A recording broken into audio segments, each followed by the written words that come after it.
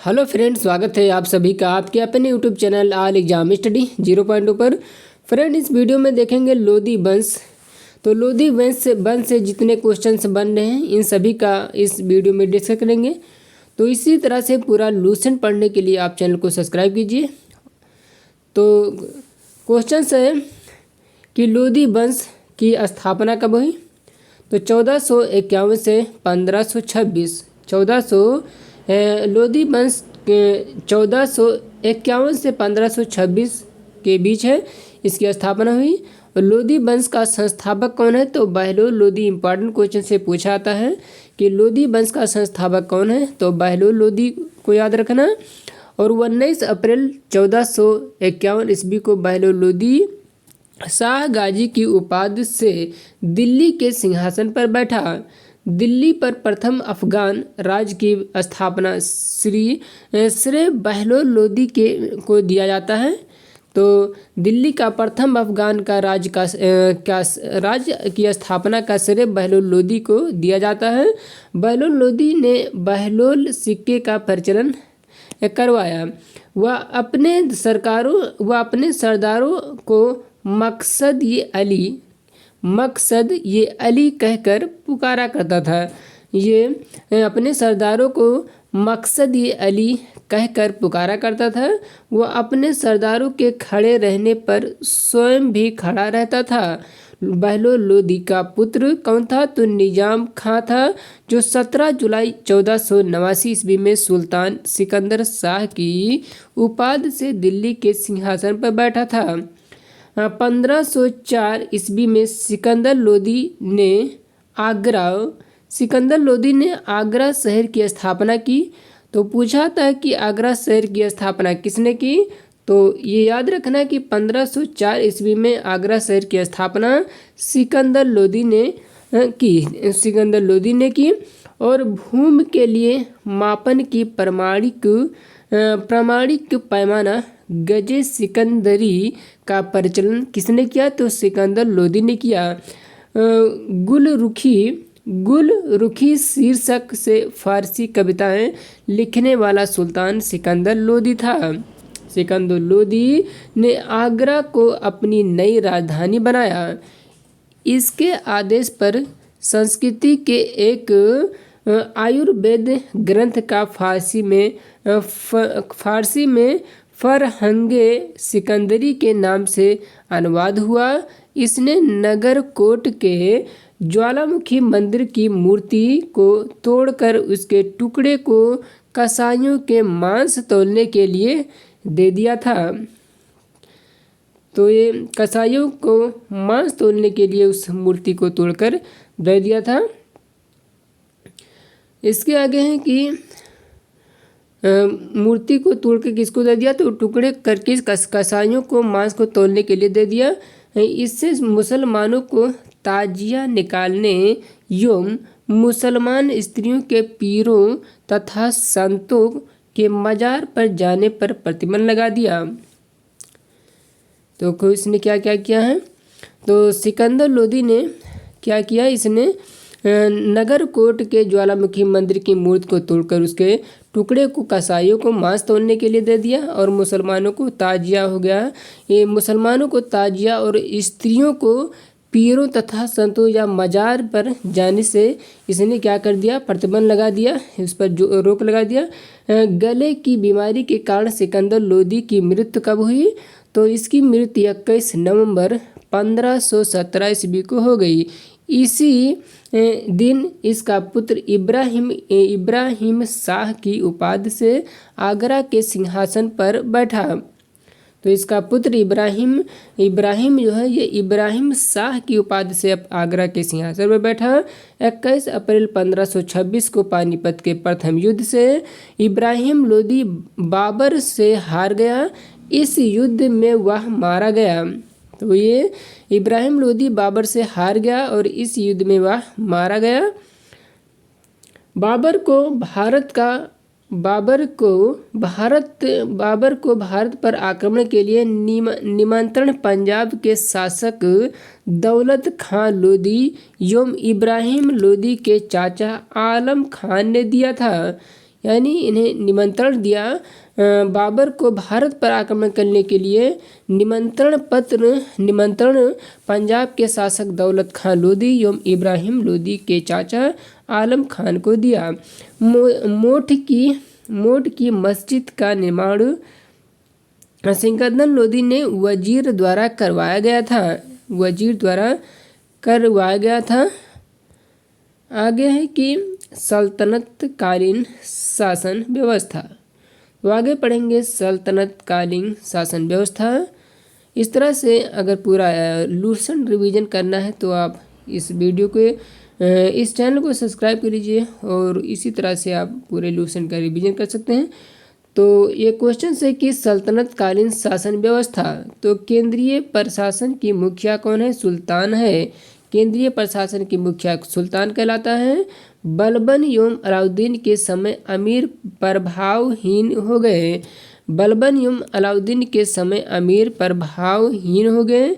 अमीरों का महत्व चरमोत्कर्ष पर था। लोधी वंश के शासनकाल में सल्तनत में मंत्रिपरिषद को मजलिस-ए-खलवत कहा गया। यानी सल्तनत काल में मंत्रिपरिषद को क्या कहा गया? तो मजलिस-ए-खलवत कहा गया।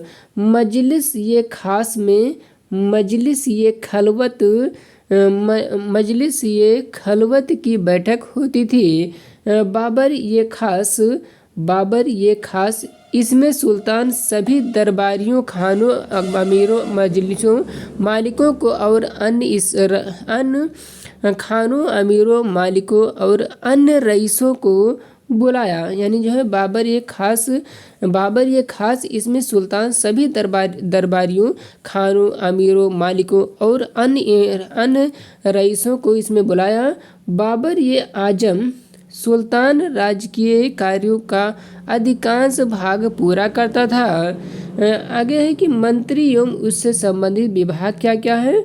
तो मंत्री एवं उससे संबंधित विभाग वजीर, जिसे प्रधानमंत्री कहते हैं, राजस्व विभाग का प्रमुख था। मुशर्रिफ ये मुमालिक जिसे महालेखाकार कहते हैं, प्रांतों एवं अन्य विभागों से प्राप्त आय एवं व्यय का लेखा जोखा।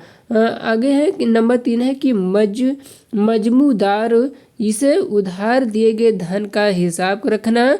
जिसे जो उधार दिए गए धन का हिसाब रखता था उसे मजमू आदर कहते हैं। मजमू आदर। और खजीन कौन है? तो खजीन मतलब कोषाध्यक्ष को खजीन कहा जाता था। आगे 5 नंबर है कि आरिजिए मुमालिक दीवान-ए-अर्ज अथवा सैन्य विभाग का एक प्रमुख अधिकारी था। नंबर 6 कि सदर उस सुदूर धर्म विभाग एवं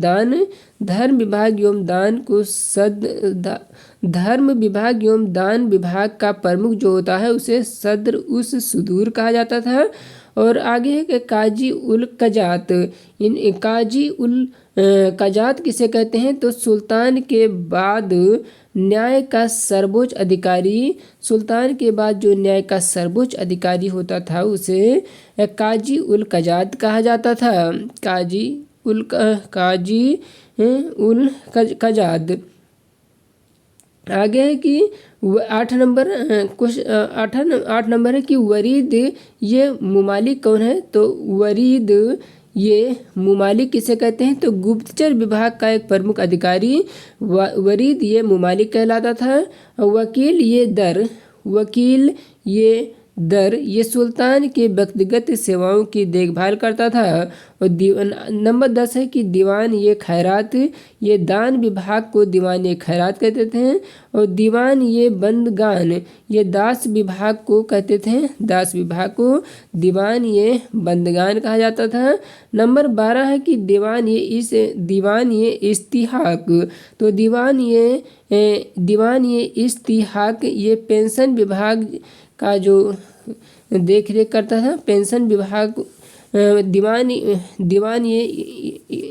ये इस्तिहाक को क्या कहते थे? पेंशन विभाग को कहते थे दीवान ये इस्तिहाक। तो ये 12 नंबर थे। और इसके आगे फिर देखते हैं कि विभाग और बनने वाले सुल्तान, जो विभाग है और उसके बनने वाले सुल्तान। तो दीवान ये मुस्तखराज ये वित्त विभाग इसके बनने वाले सुल्तान अलाउद्दीन खिलजी हैं। और दीवान ये कोहीन ये कृषि विभाग को कहते थे। दीवान ये कोही को कृषि विभाग को दीवान ये कोही कहते हैं। और इसका जो सुल्तान था मोहम्मद बिन तुगलक इसका सुल्तान था। और सैन्य विभाग कौन था? तो दीवान ये अर्ज को सैन्य विभाग कहते हैं। दीवान ये अर्ज सैन्य विभाग इसका सुल्तान बलबन था। दीवान ये बंदगान इसका सुल्तान फिरोज शाह तुगलक है। और दीवान ये खैरात इसका सुल्तान फिरोज शाह तुगलक है। और दीवान ये इस्तिहाक इसका है फिरोज शाह तुगलक। इसका सुल्तान कौन है? तो फिरोज शाह तुगलक है। आगे के राजस्व कर व्यवस्था। तो राजस्व कर व्यवस्था उस मुसलमानों से लिया जाने वाला भूमि कर है। राजस्व कर व्यवस्था क्या है? तो उस मुसलमानों से लिया जाने वाला कर है। और खराज क्या है? तो खराज गैर मुसलमानों से लिया जाने वाला भूमि कर खराज कहलाता है। जकात मुसलमानों पर धार्मिक कर संपत्ति का 40वां हिस्सा जकात कहलाता है। जजिया क्या है? तो जजिया गैर मुसलमानों पर धार्मिक कर जजिया कहलाता है। नोट खम्स क्या है? तो यह लूटे हुए धन खानों अथवा भूमि में गढ़े हुए खजानों से प्राप्त संपत्ति का 1/5 था, जिस पर सुल्तान का अधिकार था, तथा शेष 4/5 भाग उसके सैनिकों अथवा खजानों को प्राप्त करने वाले व्यक्ति का अधिकारी होता था। परंतु फिरोज तुगलक को छोड़कर अन्य सभी शासकों ने 4/5 हिस्सा स्वयं अपने लिए रखा। सुल्तान सिकंदर लोदी ने गढ़े हुए खजानों में से कोई हिस्सा नहीं लिया। तो इनमें से खजानों में से कोई हिस्सा इसने नहीं लिया। और इसका आगे है कि दिल्ली सल्तनत अनेक प्रांतों में बटा हुआ था। जिसे क्या कहते हैं? इक्ता या सूबा कहा जाता था। यहाँ का शासन नायब या मुक्ति द्वारा संचालित होता था। इक्ताओं को सिकों जिलों में विभाजित किया गया था, जहाँ प्रमुख अधिकारियों सिकदार होता था, जो एक सैनिक अधिकारी था। सिंकों को परगनाओं में विभाजित किया गया। सिकों को परगनों में विभाजित किया गया था। आमिल परगने का मुख्य अधिकारी था। आमिल कौन था? तो परगने का मुख्य अधिकारी था। और मुशरिफ लगान को अनिश्चित करने वाला अधिकारी है। और यह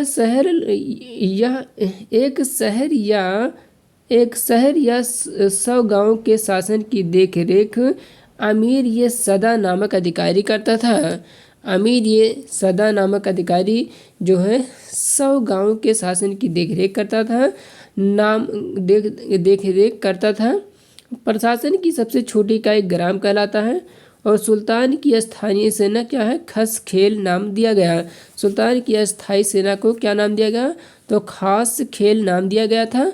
मंगोल सेना ने वर्गीकरण की दशमलव प्रणाली को सल्तनतकालीन सैन्य व्यवस्था का आधार बनाया गया था। तो इसके आगे है फिर सल्तनत काल में बारूद की वगैरह। तो इसके आगे फिर देखेंगे नेक्स्ट वीडियो पर। देखेंगे। तो इस वीडियो कैसा लगा कमेंट करके बताइए। इस वीडियो को शेयर कर दीजिए, लाइक कर दीजिए। और अगर चैनल पर नए हो तो चैनल को सब्सक्राइब कर लीजिए। तो मिलते हैं नेक्स्ट वीडियो पर। Thanks for